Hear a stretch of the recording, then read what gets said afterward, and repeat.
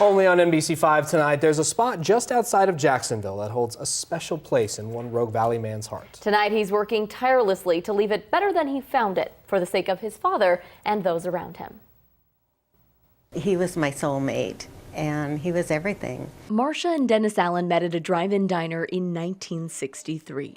3 years after that first date, they got married, vowing to stay together until death do them part. Cancer brought that about sooner than Marcia would have liked. I'm grateful that I was with him to the end, and I'm grateful that I had him for 53 years, but it flew by. It was so fast. Now, the days seem a bit longer, and it's been almost a year since Dennis was buried here at the Sterlingville Cemetery. Families have been making it their final resting place since the 1800s. Over the years, time and changing seasons have left their mark.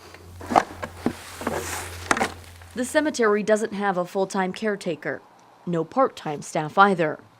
Jason Allen took notice. Covered in leaves and pine needles and tree limbs and little young growth stuff, and it needed to be cleaned. So he did it.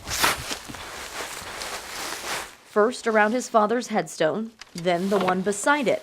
One pile turned into 2, and then 3, and then dozens. And before Jason knew it, he wasn't just sprucing up his dad's gravesite, he was landscaping the whole thing. It's like I couldn't stop without finishing it.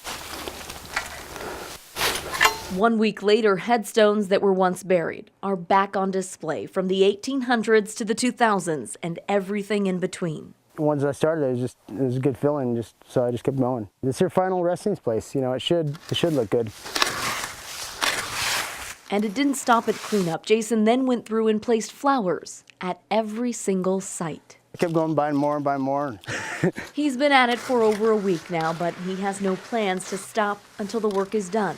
For what began as a labor of love for his father is now touching perfect strangers, too. I think he's smiling right now. I'm hoping. Jason has been in touch with the owners of the cemetery who provided him a place to dispose of the brush, and he has been careful to maintain the historic touches of moss and other aging throughout his project. He hopes to finish things up before he has to go back to work next week.